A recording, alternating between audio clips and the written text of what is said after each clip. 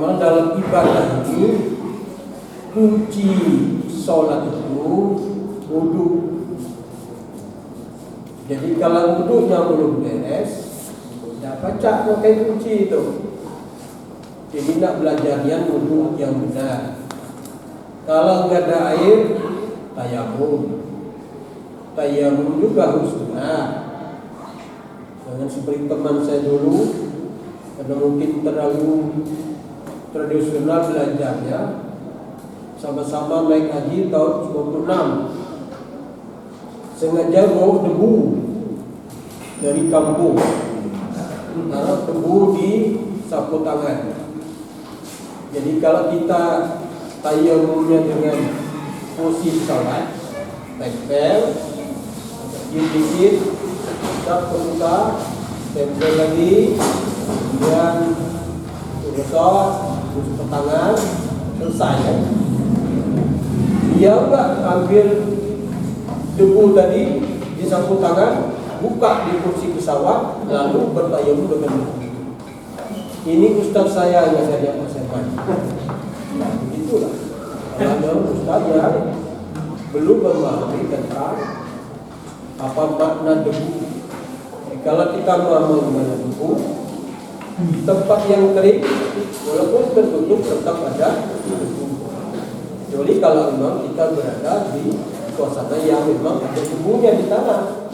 Kalau di pesawat, di kapal, ya kan, dan sebagainya, yang itu nggak ada air. Atau kalau sedang bermimpi, ya enggak, ya pakai mandi ya, mandi wajib dan sebagainya. Kemudian kunci ibadah itu, kunci sholat itu wudu, diawali dengan takbir dan lalu disudahi dengan taslim dan beberapa rukun-rukun yang lainnya. Ada rukun qalbi, rukun qauli, dan rukun fi'li, dan itu kita dari SD sudah belajar. Lalu bagaimana supaya tidak ada perbedaan dan keanehan sebagai warga Muhammadiyah dalam melaksanakan sholat? Karena mungkin kita belajar berbagai versi fikih. Nah sekarang ini, jadi beribadah itu Allah menunjukkan memang sholat itu tidak sembarangan diberi oleh Allah. Khusus bulannya bulan Rajab, disuruh Nabi Isra Mi'raj. Nah baru diberi perintah sholat, diundang Nabi. Jadi sholatnya bukan nurun Nabi, ini nurun Allah Subhanahu Wa Taala yang diperintahkan kepada Nabi. Maka kita mengikuti sholat bagaimana Nabi melaksanakan sesuai dengan perintah Allah. Shollu kama ra'aitumuni sholli. Sholatlah kamu sebagaimana aku sholat. Nah, kemudian setelah Al-Quran dirincikan dalam sunnah, sebagaimana perintah dalam Isra Mi'raj itu. Maka Nabi diajak oleh Jibril Isra dari Mekah ke Madinah, waktu ke langit. Nah Nabi diajak Jibril sholat. Nah ini sholat subuh 2 rakaat, Nabi gini caranya. Yang ini sholat zuhur 4 rakaat, gini caranya. Itu hadis yang kuat itu. Jadi ya Sahih Bukhari Muslim. Kemudian ini sholat asar, ini sholat maghrib. Jadi tidak bisa kita lebih pintar dari Nabi. Gak boleh kiai besar sekalipun, serba besar, jenggot besar, surban besar, nama besar, ya kan, badan besar, lalu punya cara sendiri sholatnya, tidak bisa. Ikuti Nabi, jangan lebih pintar dari Nabi. Karena prerogatif untuk melakukan sholat itu yang diberi hak oleh Allah hanya Nabi. Maka Nabi Muhammad, maka Muhammadiyah sebagai organisasi melihat bagaimana versi macam-macam supaya kita sesuai dengan sunnah Nabi yang kuat. Sunnah ini kan macam-macam juga. Ya, setelah diseleksi maka dibuatlah himpunan keputusan tarjih. Dan Bapak Ibu sudah memahami buku ini sekarang berkembang. Ya, tidak hanya masalah ibadah saja. Dulu masalah ibadah saja dibahas. Karena banyak masalah sosial sampai 3 jilid. Ya, tadi cuman saya baru punya jilid 1 dan jilid 3. Jilid 2-nya belum. Nanti kalau sudah ada, bolehlah sebagai dosen Arika, sebagai pegangan supaya kita seragam.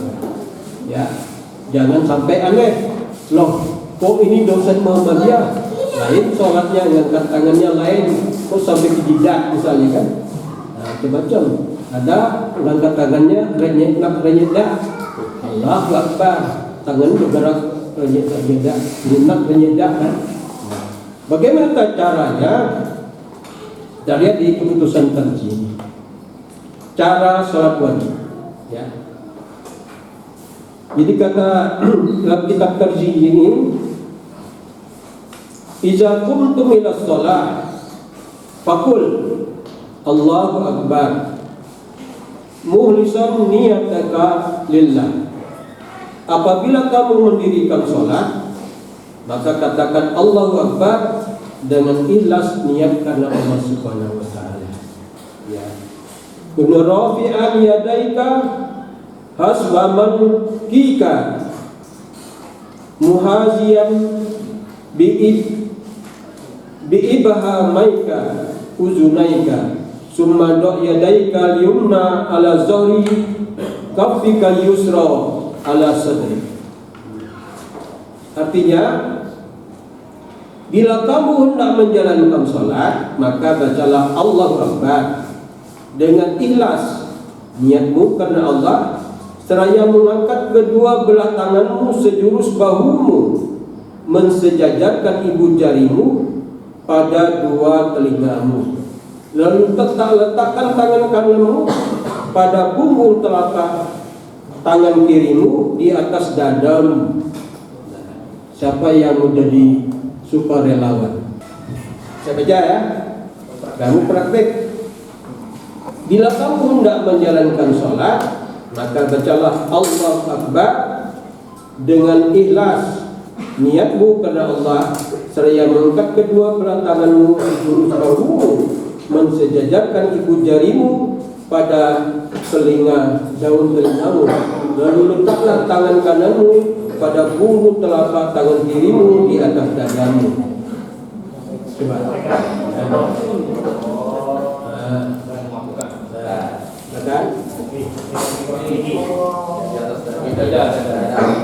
Ke perut diangkat atau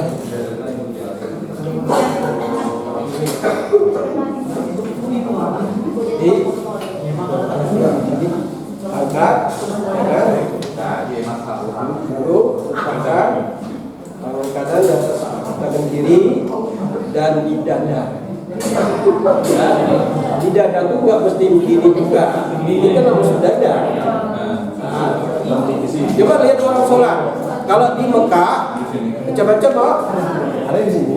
Kado. Jadi kalau versi hadis menurut tarjih ini, angkat sejajar dengan telinga. Ya enggak. Lalu letakkan tangan kanan di atas telapak tangan kiri dan di dada. Nah, ini posisinya Allahu Akbar. Pasangan niat karena Allah. Kalau niatnya ini rukun kolbinya. Kalau niatnya macam-macam, biasanya kan kalau orang jarang sholat, menepas dan kampanye, rajin sholat. Ini pasti ini banyak yang milih saya nih. Maka sebelum nyalonlah sholat tuh. Sebelum dicalonkan, sebelum nak jadi pengantin, nah sholatlah. Jangan keluar depan mertua. Kena sholat tuh ada. Jangan, kecuali kamu sudah lazim. Bahkan kata mertua apa pula, kami sholat di rumah. Kan masih dekat tuh. atau ke masjid. Karena kalau laki-laki soleha bukan laki-laki soleha. Mantap kan yang rukun kolbi kita. Maka sholat itu sudah gampang. Nabi mengajarkan, ajar anakmu umur 7 tahun sholat, umur 10 tahun tidak sholat, pukul. Mengapa? Karena sholat itu harus dibudayakan. Ya, mula-mula terpaksa. Ya enggak merasa nikmat anak-anak. Tapi setelah kita merasa nikmat, sholat jadi terpaksa, terbiasa, menjadi suatu kebutuhan karena merasa bahagia bertemu Allah. Tidak gampang itu. Apalagi untuk istiqomah. Bagi orang-orang kita yang aktif di Muhammadiyah, pahami. Kalau tidak terbiasa, rukun qalbinya enggak masuk, maka kita diancam oleh Allah. Wawailul lil musallin, celaka orang-orang salat. Lah salat ini celaka, apa tidak salat? Salat juga belum tentu diterima kalau tidak ada proses dari awal tadi. Allazina hum an salatihim sahun, allazina hum yura'un wa yamna'un al-ma'un. 3 hal. Satu, orang-orang yang lalai, yang riya, yang tidak ada kesolehan sosialnya. Salat yang benar itu tanha anil fahsya wal munkar. Ya enggak? Supaya ada kesolehan sosial. Dicoba dari Allahu Akbar. Nah, itu kan? Jadi diangkat pas di ibu jari ke telinga tadi, letakkan tangan kanan di atas tangan kiri dan pas di dada. Ada yang angkatnya begini, mandi Mekah, tengok apa udah. Allahu Akbar. Nah, ngecek kaki untuk ada Allahu Akbar. Nggak tahu itu dari mana, ya kan? Benar di dada lah. Cuman dada ini kan tidak disebut dada kiri, dada kanan, dada kan. Tapi kalau disebut dalam hadis itu, letakkan tangan kananmu di atas tangan kirimu dan di dada sebelah kirimu, maka begini leganya kawan. Kalau hadisnya begitu kan. Nah, letakkan tangan kananmu di atas kirimu dan di dada. Gini yang benar. Ada pula yang sholat Allahu Akbar. Baik. Ini bukan dada, perut deh. Mohon maaf dulu, di kampung saya ada dukun. Kalau sholat Jumat, karena dia sering lihat tuh sholat Jumat cuma sholat wajib jarang ke masjid. Kapan dia sholat? Allah Akbar. Santai amat. Tapi ada juga yang menganggap meletakkan tangan ini memang bukan rukun ini, ya, bukan rukun dia, tapi sunnah muakkad yang dipraktek Nabi terus. Maka Imam Maliki sholatnya Allahu Akbar. Gitu. Ada sebagian besar imam, yakni Imam Maliki, sholatnya begini. Jangan heran, jangan tahu sholatnya. Jadi pas ada imam beriman dengan kita di Muhammadiyah ini, pasti Imam Maliki Allahu Akbar, ya enggak? Santai begini. Kita jangan ngikut begini. Kita tetap begini. Kadang kita menurut tarjih. Sebelum protes, imam, jangan tentu imam saja, imam. Paham? Itu. Tak terus ke sini terus.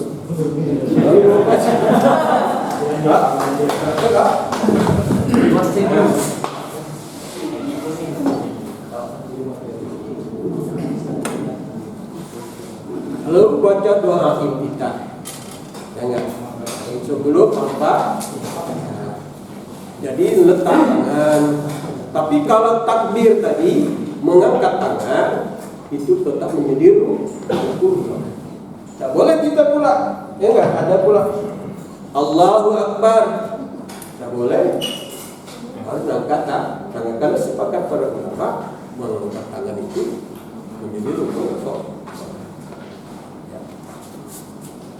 Duduk ya, diri ya. Jadi doa iftitah itu Ada 3 macam pembuka. Ingat. So, doa kita ini yang sering kita baca, Allahumma ba'id baini wa bainal khataaya kama ba'adta bainal masyriqi wal maghrib. Allahumma naqqini minal khataaya kama yunqasul ardi minal danas. Allahumma silni khataaya bil ma'i wasadi wal karam. Nah, ini yang pendek ya, kemudian yang kuat hadisnya, dan ini yang banyak dipraktek oleh warga Muhammadiyah. Ada juga yang mempraktek ya, wajjahtu wajhiyalladzi fatara samawati wal arda hanifa musliman wa ma'ana minal musyrikin.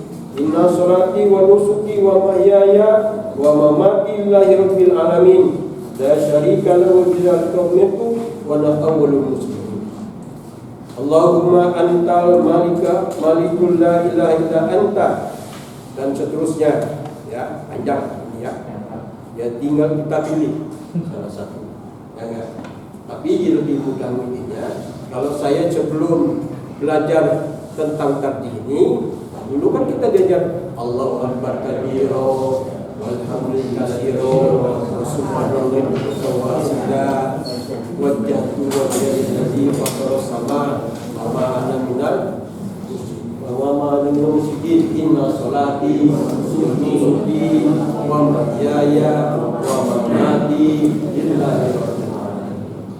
Lalu kita diajar Allahumma ba'id baini wa baina khataaya kama ba'adta bainal masyriqi wal maghrib. Yang artinya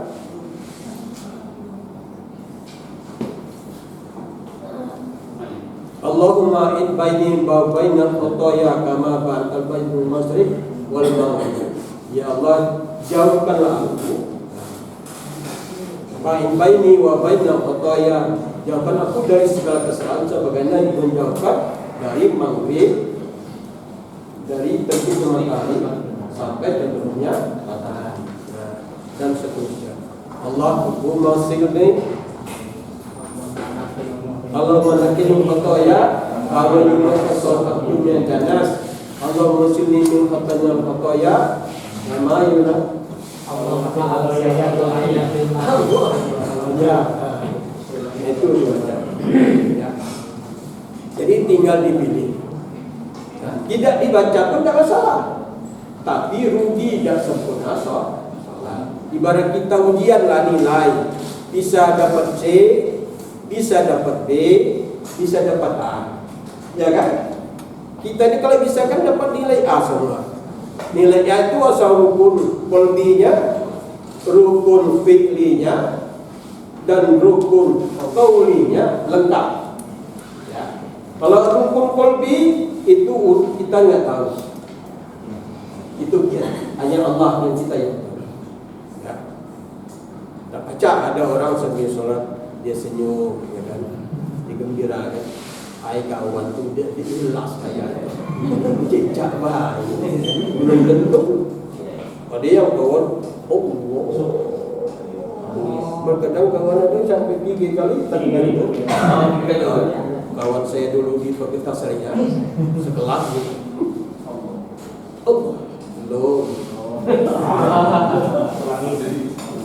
Allah, sampai ketiga kali. Allah.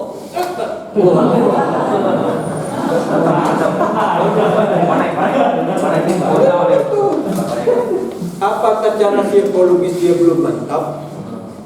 Nah, tapi terbiasa dia sholat begitu. Pokoknya dapat sholat dengan kita, apakah dia makmum maupun dia imam, tetap 3 kali dulu.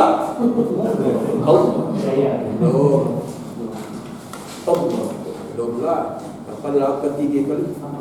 Allah. Baru kita kaki dekal jadi makmum, dia jadi imam, dia terburu-buru.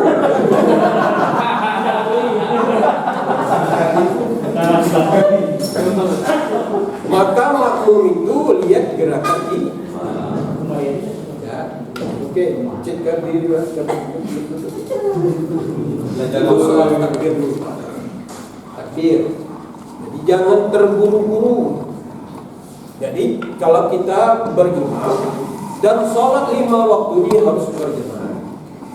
Jadi imam itu kita lihat, jangan kita lebih pintar dari imam, lebih cepat dari imam, dan tidak paham dengan imam. Ya. Nah, maka jadi imam ini tidak gampang bila ada bersama imam. Ya. Kita jadi makmum lagi dulu, jadi makmum. Lihat bagaimana imamnya, jangan terburu-buru. Kapan imam lah Allahu Akbar lah mantapnya, tangan di sini, dan baru kita Allah. Ya, siapa tahu yang gerakan imam sampai 3 kali tadi. Secara psikologi dia seperti itu. Dan suara jangan lebih kuat dari imam. Ya, apabila kita sholat berjamaah. Lalu apa lagi? Itu takbir. Lalu baca Fatihah dia.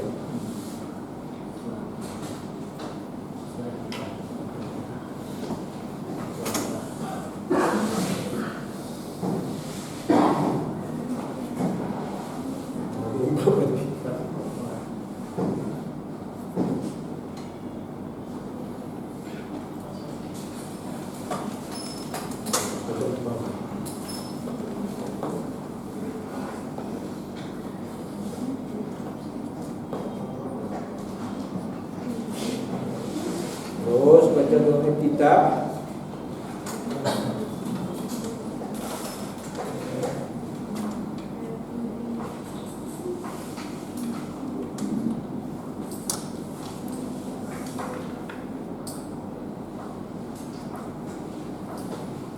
Lalu berdoa mohon perlindungan kepada Allah Subhanahu wa taala dengan membaca A'udzubillahi minasyaitonirrajim dan membaca Bismillahirrahmanirrahim, lalu membaca surat Fatihah dan berdoa sesudah itu amin. Kemudian bacalah salah satu surat Quran dengan diperhatikan artinya dan dengan perlahan. Kemudian angkatlah kedua belah tanganmu seperti dalam takbir permulaan, lalu rukuklah dengan bertakbir. Nah, jadi baca taus. Nah, membaca taus ini itu kan ada di Al-Quran, disebut basta'iz billah minasyaitonir. Kemudian baca juga basmalah. Tinggal cara membaca. Enggak, ada yang jahar, ada yang bisir. Enggak. Nah, Muhammadiyah ya, boleh hadis juga ada yang zahar, ada yang sir. Tapi yang lebih dilazimkan oleh Nabi mensirkan. Bukan tidak membaca, harus dibaca ya.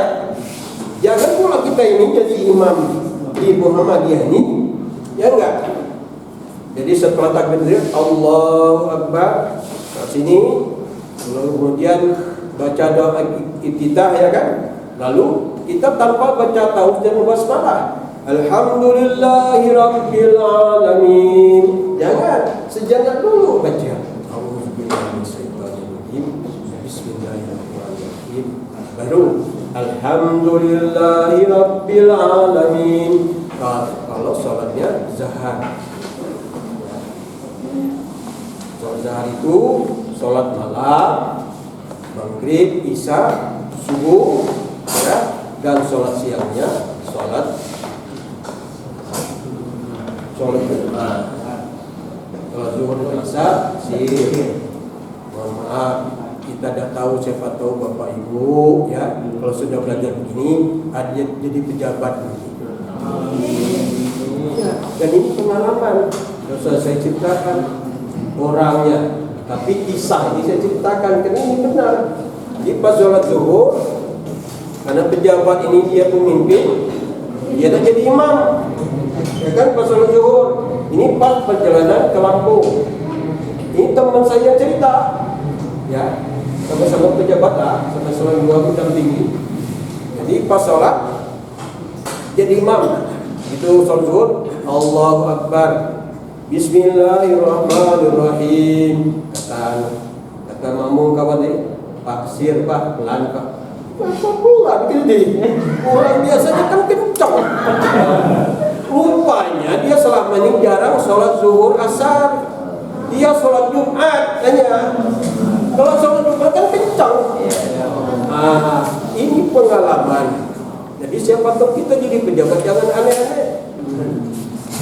Sama halnya juga, tidak gampang jadi imam itu. Walaupun kita sudah pejabat tinggi, profesor doktor, punya pengalaman, jadi imam belum tentu benar. Ada di antara pertemuan seluruh gubernur se-Indonesia, saya ingat mantan gubernur, nggak saya sebut dia orang baik. Bukan dia yang melakukan kesalahan, salah satu gubernur. Jadi biasa karena bersama klien ustaz. Kalau ustaz kan, ustaz kamu dia ustaz jadi imam, maju kan? Ya nakkan, maksudnya dia ustaz. Kan itu. Ini tapi kalau pejabat ini bukan ulama, nunggu-nunggu. Ini imam, suruh-suruh kan? Akhirnya yang di tengah ini kan sejadi imam. Didorong kan ini di tengah ini, dorong maju dia. Ya kan? Ada kan? Meluati pejabat jadi gubernur. Sholat maghrib, ya kan? Pas dia mimpin, Al-Fatihah ada nyambung-nyambung.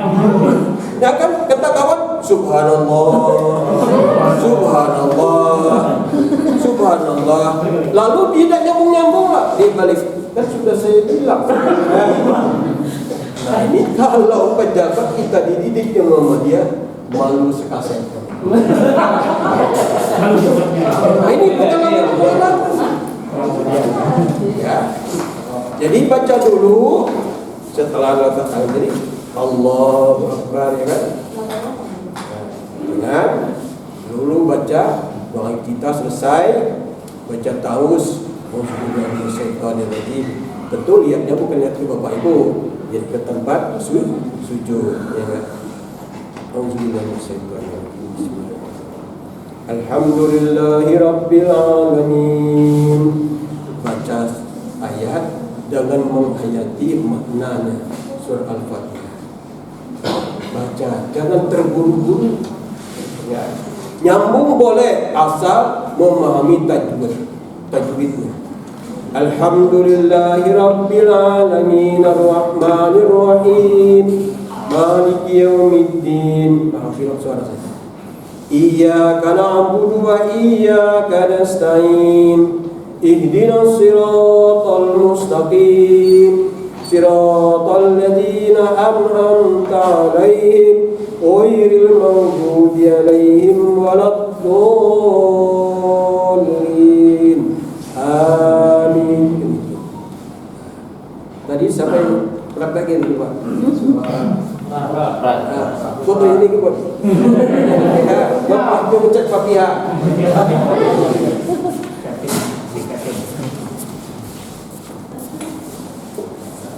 Kata tadi itu baca Fatihah.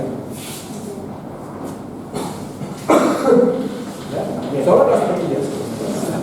Sholat maghrib kan?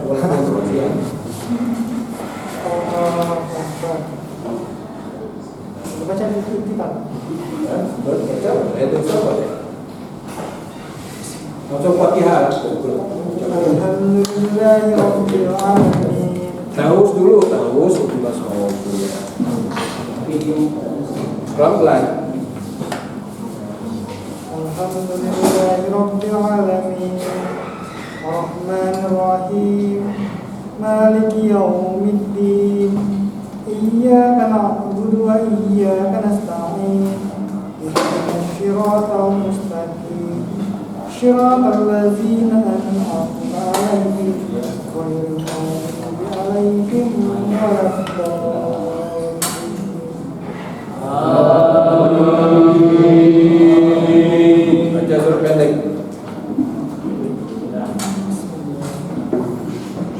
Alam tara kaifa fa'ala rabbuka bi ashabil fil. Alam yaj'al kaydahum fi tadlil. Wa arsala 'alaihim tayran ababil tarmihim bi hijratin min sijil. Faj'alahum ka'asfin ma'kul. Nah itu agak kurang lancar, ya. Jadi coba alam tara kaifa fa'ala rabbuka bi ashabil fil. Coba ulang dulu. Alam tara kaifa fa'ala rabbuka bi ashabil fil. Alam yaj'al kaydahum fi tadlil. Wa arsala 'alaihim tayran ababil. Alam tara kaifa fa'ala rabbuka bi ashabil fil. Alam yaj'al kaydahum fi tadlil. Wa arsala 'alaihim tayran ababil. Tarmihim bihijaratin min sijil. Yang hijaratin hanya hijau itu ya ada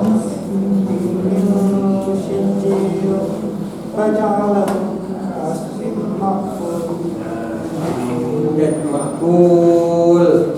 Jadi baca Al-Fatihah, baca surat itu tidak perlu panjang-panjang. Bapak-bapak, Bapak Ibu, kalau kita salat berjamaah kalau menjadi imam, yang penting satu, suratnya kita hafal. Yang kedua, kita tahu maknanya supaya bisa menghayati. Ya. Yang ketiga, jangan memberikan jamaah di belakang. Karena yang di belakang ini satu, orang yang sudah tua, anak-anak, orang yang ada keperluan lain. Mungkin sedang menunggu pasien sakit, atau sedang urusan rapat yang sangat penting, atau ada urusan lain. Diingatkan semua itu. Jangan mentang-mentang jadi imam pilih surat yang panjang-panjang. Ya.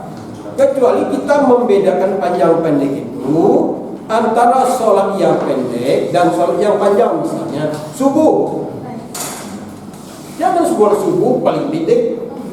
Enggak. Qul huwallahu ahad, Allahus samad. Kan kurang mantap beda. Boleh itu sah. Cuman kan kawan sholat subuh ini kan enggak ada keperluan. Ada. Tapi keperluan niat. Nah, bisnis 1 miliar ya. Waktu sholat subuh. Tapi kalau waktu sholat subuh, sholat asar, maghrib, bisa mungkin ada hal yang ya. Ini harus imam yang bijak.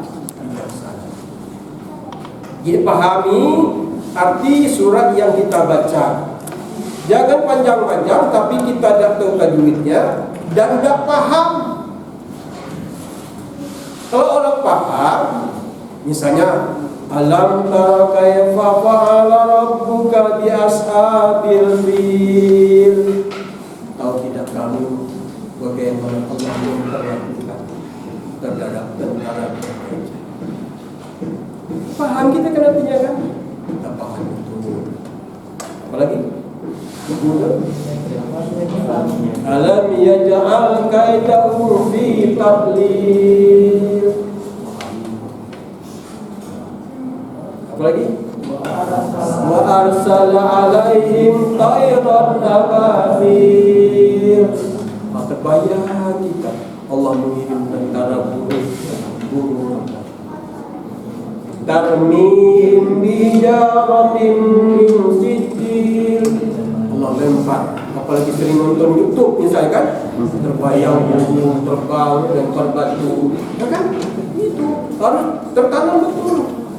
Waja'alahum ka'asfim ma'kul. Mereka seperti anai-anai. Itu baru surat yang biasa-biasa saja. Maknanya tidak menjelaskan tentang bagaimana berasal di surga, bagaimana penghuni neraka. Itu hanya surat menceritakan sejarah bagaimana Allah menyelamatkan Makkah. Apalagi surat yang berkaitan dengan surat yang mendidik orang untuk sholat khusyuk, misal surat Mu'minun. Qad aflahal mu'minun alladzina hum fi salatihim khashi'un. Berbahagialah orang-orang beriman alladzina hum fi salatihim khashi'un, khusyuk salatnya. konsentrasi, ingat mengharap barokah ridho. Walladzina hum 'anil lagwi mu'ridun, dan tidak melakukan perbuatan yang sia-sia. Kalau yang sia-sia dia menjauh. Masya Allah. Walladzina hum lizzakati fa'ilun, bayar zakat. Ingat kalau membayar zakat. Walladzina hum li furujihim hafizun, yang mampu menjaga kehormatannya. Jaga kehormatan kita. Tidak mungkin lagi kalau kita sudah sholat kita mau berzina. Tidak mungkin lagi. Percuma sholat kalau kita masih berbuat zina. Itu dijelaskan Allah. Walladzina hum li furujihim hafizun illa ala azwajihim aw ma malakat aymanuhum fa innahum malumin, kecuali kepada istri-istrinya atau budak-budak yang mereka miliki. Kalau masih budak dulu, kalau mungkin zaman perbudakan lagi, itu masih boleh. Pada istri-istri, maka boleh poligami silakan, tapi jangan ikut-ikutan poligami. Kawannya bini dua, kita bini dua, porsi kan beda. Maka memahami Al-Quran itu secara utuh. Enggak. Kalau tak mampu kamu, silakan kata Nabi, kata Allah, fankihu ma taqalukum minan nisa, 2, 3, 4 silakan. Tapi kalau tak mampu kamu berpoligami, 1 cukup, fawaidah au ma malakat aymanukum. Ya enggak? 1 saja, dan itu lebih mendekati kepada keadilan. Yang penting suruh bini itu sehat, kita jaga. Tapi yang itu masalah. Kalau diperbuat boleh. Porsi kan beda-beda. Terus kemudian budaya baca apa? Ayat ruku ya. Lalu angkatlah kepalamu dengan bertakbir dan duduklah tenang dengan berdoa. Allahumma firli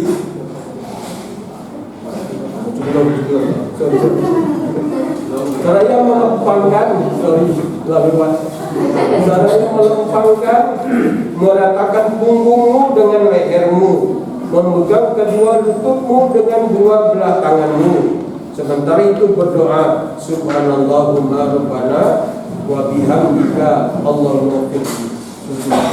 Jadi setelah itu ya disebut ya, setelah kita menurun punggung ya, maka ketika kita ruku juga ruku. Nah, jadi maka ini dianggap kepalanya sedikit tempat sujud ya. Ini sudah dianggap rata. Ada orang yang ruku itu tidak rata. Allah Akbar. Maka harus terbiasa. Ada orang yang ruku pegang betis, bukan pegang lutut.